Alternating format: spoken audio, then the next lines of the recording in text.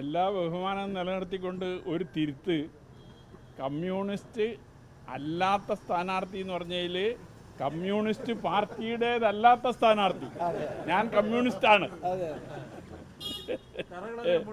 കമ്മ്യൂണിസ്റ്റാണ്. അപ്പോൾ കമ്മ്യൂണിസ്റ്റ് പാർട്ടിയുടേതല്ലാത്ത ഒരു സ്ഥാനാർത്ഥി ആദ്യമായി ജയിക്കുന്നതാണ്. അപ്പോൾ യു ഡി എഫ് വലിയ ഭൂരിപക്ഷത്തിന് വിജയിച്ച് അധികാരത്തിൽ വരികയാണ്. മറ്റന്നാൾ അധികാരം ഏറ്റെടുക്കുകയാണ്. അതുമായി ബന്ധപ്പെട്ടുകൊണ്ടാണ് ഒരു 2 ദിവസം മുമ്പ് തന്നെ തിരുവനന്തപുരത്ത് എത്തിയപ്പോൾ യു ഡി എഫിൻ്റെ നേതാക്കന്മാരെയെല്ലാം കാണുക. കാരണം യു ഡി എഫിൻ്റെ പിന്തുണയോടുകൂടി ആണ് ഞാൻ മത്സരിച്ചത്, ജയിച്ചത്. CPM-നകത്ത് നിന്ന് വലിയ തോതിൽ വോട്ട് ഇറക്കി ലഭിച്ചിട്ടുണ്ട്.